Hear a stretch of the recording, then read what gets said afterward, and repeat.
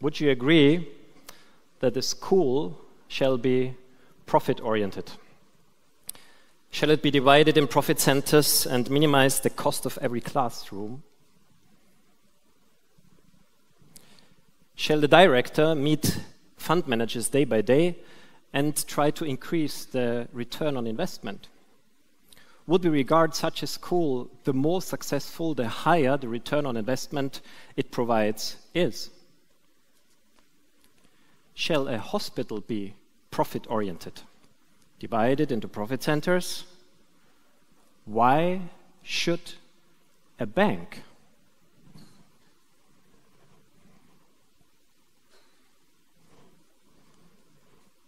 Why should a bank?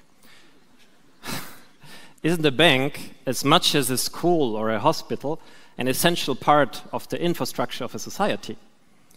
And isn't the core task of a bank to serve the society as a whole, to increase the general welfare and the common good? The strange thing today is not that a bank does serve the society and the planet. The strange thing today is that a bank strives for profit at the cost of the society and the planet.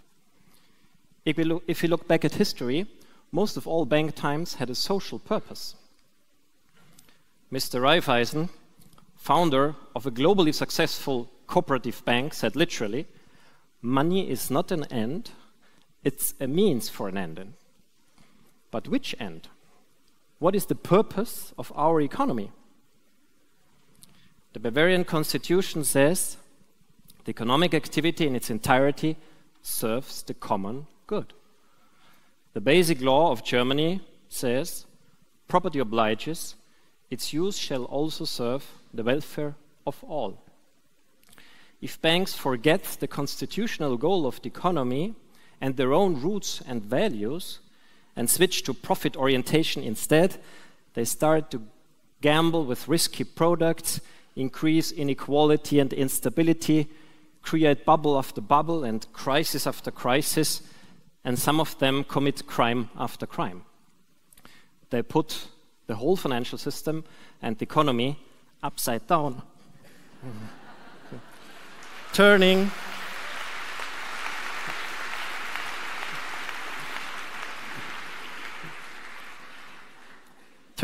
a means into an end. We propose to rectify this dead-end strategy and create instead an economy for the common good. But how would a bank for the common good look like? How would it work? Let's assume Peter from the audience is a client and an owner of the bank for the common good. Which might be his motives? I give you 5. First motive, Peter will have a peaceful mind, as he can be sure that the bank for the common good does not invest in biotech corporations that introduce GMO in our food, oil corporation, mining companies, or other companies of that stuff. They will keep hands off speculative instruments, no bets on skyrocketing food prices, the collapse of currencies, or the bankruptcy of whole states. A bank for the common good will do what a traditional, conventional bank is supposed to do, to convert local savings into loans for real and sustainable local business.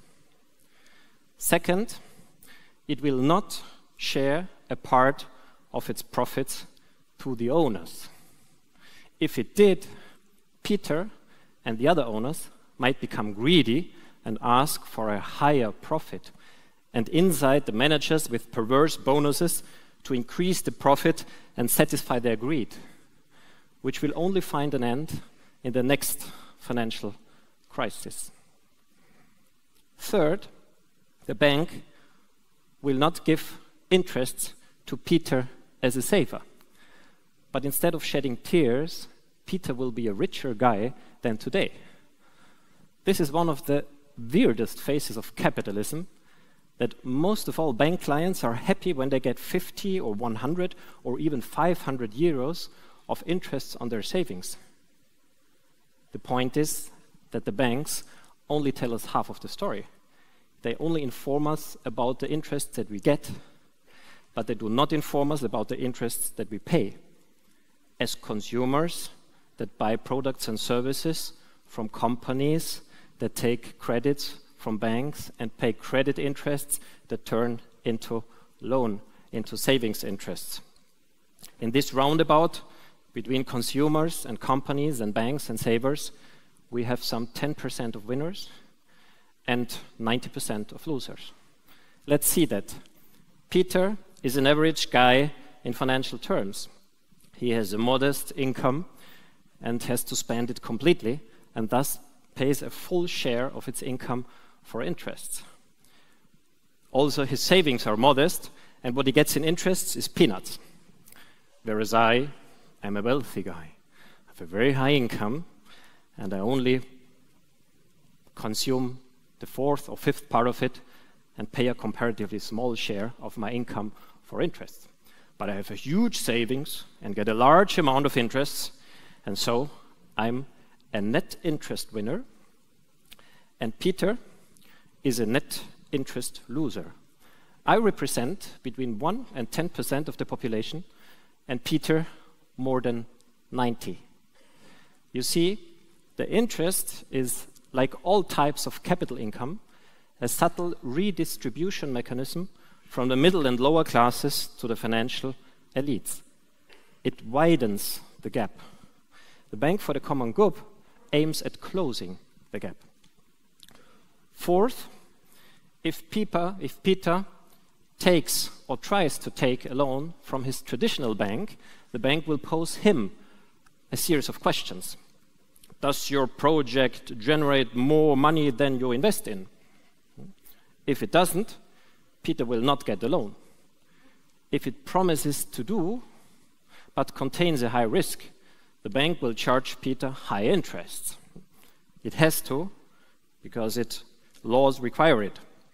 But usually, the bank will not ask him about the consequences of his investment on the environment and the climate, on social cohesion, inclusion, and redistribution, on gender issues, human rights, democracy, on the liberties and opportunities of his children and grandchildren.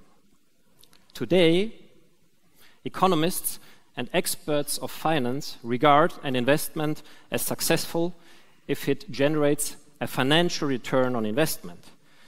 And if the return is double-digit, some of them get an orgasm. But does a double-digit return on investment tell us something reliable on the ethical, ecological, social, and humane consequences of that investment? It doesn't. It is possible that an assumingly successful investment destroys our fundamental values and expropriates the common good, makes us as a society poorer. The Bank for the Common Good will only grant loans to investments that make the society richer in all terms and not only financially. That's why it will apply an exam on the ethical consequences of that investment, and only if Peter's project passes both the ethical and the financial exam, it will grant the loan to Peter as an organic farmer, or if he runs a company for renewable energies, or a hospital or a school, if he contributes to a flourishing community in a healthy environment. Finally, and fifth, the bank will make all loan requests transparent. And I, as another client of the bank, can decide where my money goes. To Peter, the organic farmer, or renewable energies, or a small-scale retirement home, or whatever I'm convinced of. Ethical banking is also the end of black box banking. Still, participation is not limited to investment decisions. The Bank for the Common Good invites its clients and owners to engage not only as economic citizens, but also as political citizens, and work together for a more effective regulation of the financial system. To ask, for instance, for a size limit for all banks, no bank shall be too big to fail, or a full stop for food speculation, tax havens, vulture funds, high-frequency trade, and the like, or a law that makes life easy for common good banks and much harder for profit-oriented banks. How could this work? Well, defining first a common good charter for all banks, and banks that subscribe to that charter and fulfill it get all public benefits and support as now. If they don't and opt for profit orientation, they are released to the free markets.